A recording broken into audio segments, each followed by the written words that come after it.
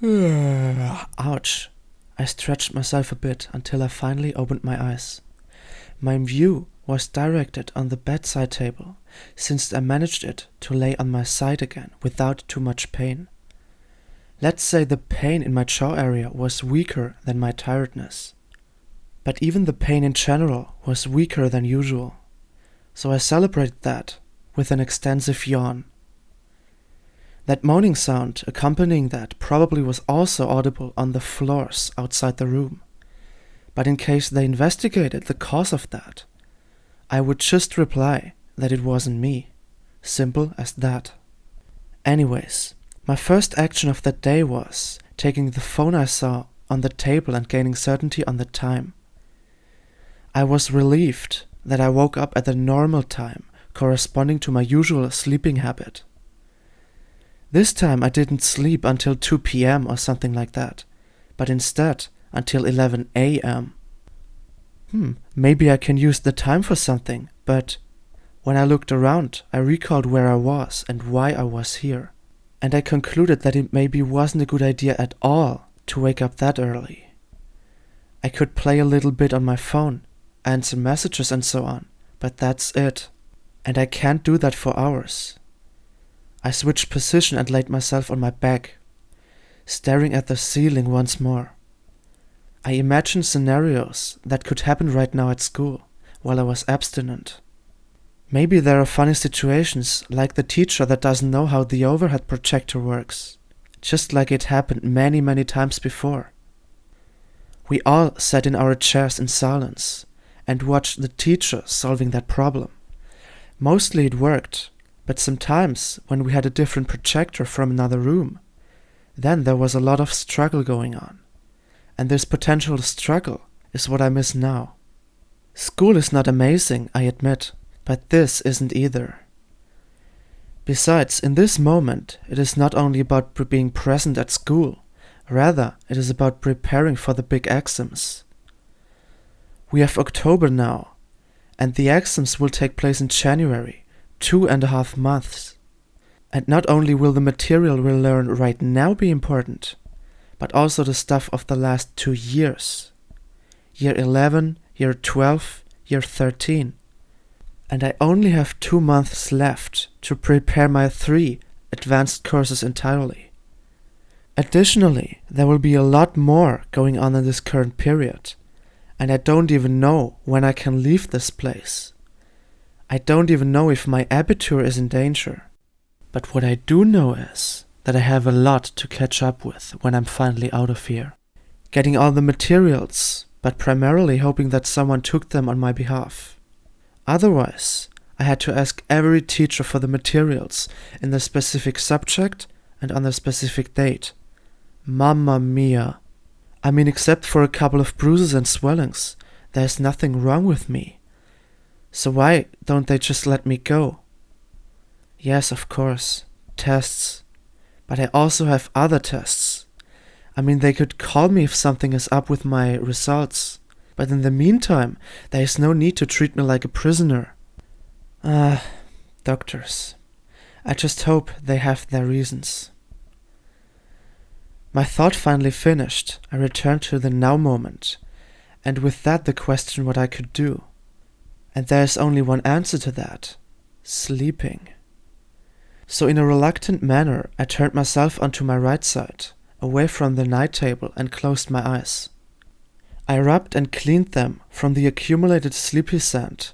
Then I opened them once more, to stretch before closing them eventually. And that's when I saw it.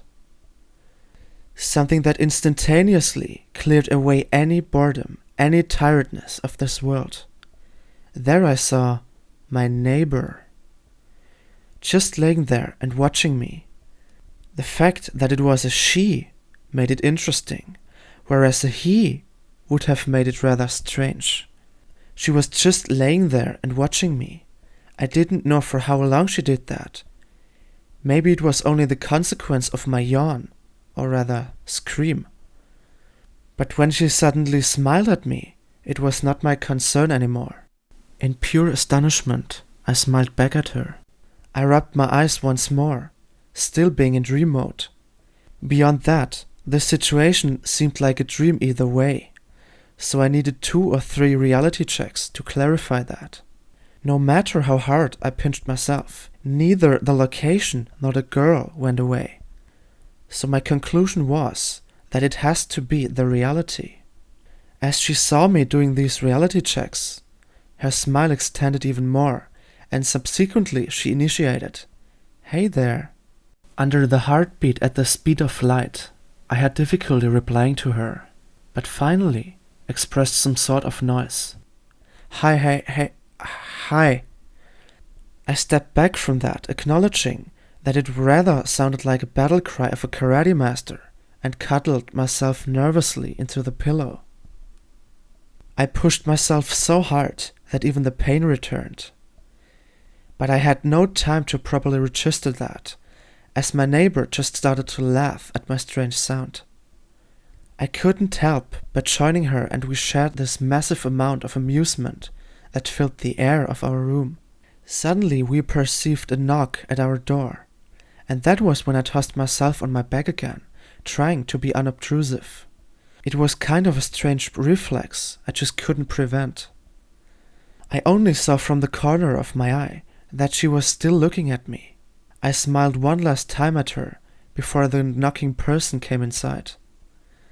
I instantly saw that it was Dr. Bush joining us with his unusual calmness and later greeting us with a warm hello. Both of us replied almost simultaneously. "Good morning, Dr. Bush." And he was visibly indecisive at whom he should look first.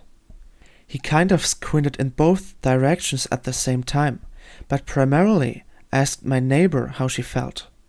"Ladies first, this doctor has manners," I joked to myself.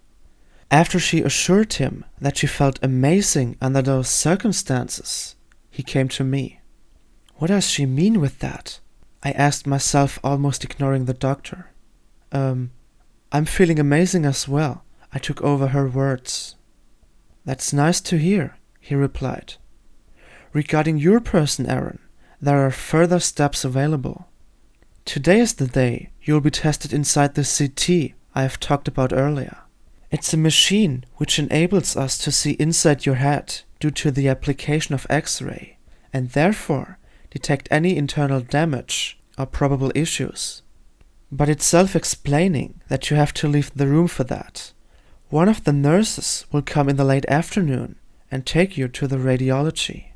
But don't worry, it looks scarier than it is."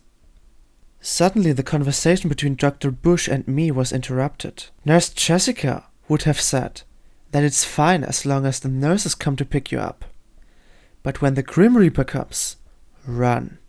We all looked at her with wide eyes, but both of us had to admit that she described Nurse Jessica well with that.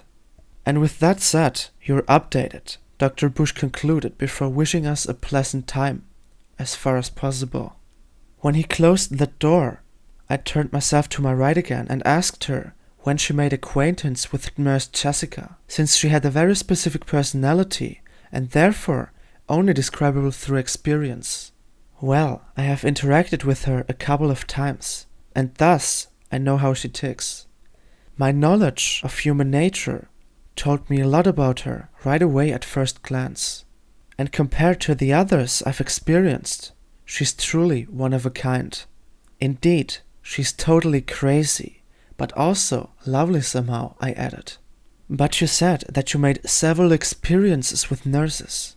Does that mean that you're often inside a hospital?" But not much later, following to that question of mine, I determined that I really dropped a brick, as she gasped and rang for words. After a bit of struggle, she replied, "I have been here a couple of times, but you know, once in a while everyone makes experiences with hospitals."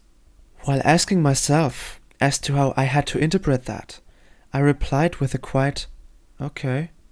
She deflected the center of the question onto me, as she asked why I was here. Well, that's actually a funny story. A story I have to explain comprehensively for you to understand. I mean, I have time, and so do you. At least, until the nurse comes for you. So I don't see anything in our way." She winked at me. As a result, I brought my body into an upright position and started to explain, while she assimilated her position. As she did that, I witnessed her black long hair falling over her shoulders and covering her body. That was a circumstance that almost made me lose my thread. I mentally asked myself a second time, is this really happening right now? It seemed so far away from reality. She seemed so far away from reality, but also dreamlike and wonderful. That is the only thing I knew about her until then.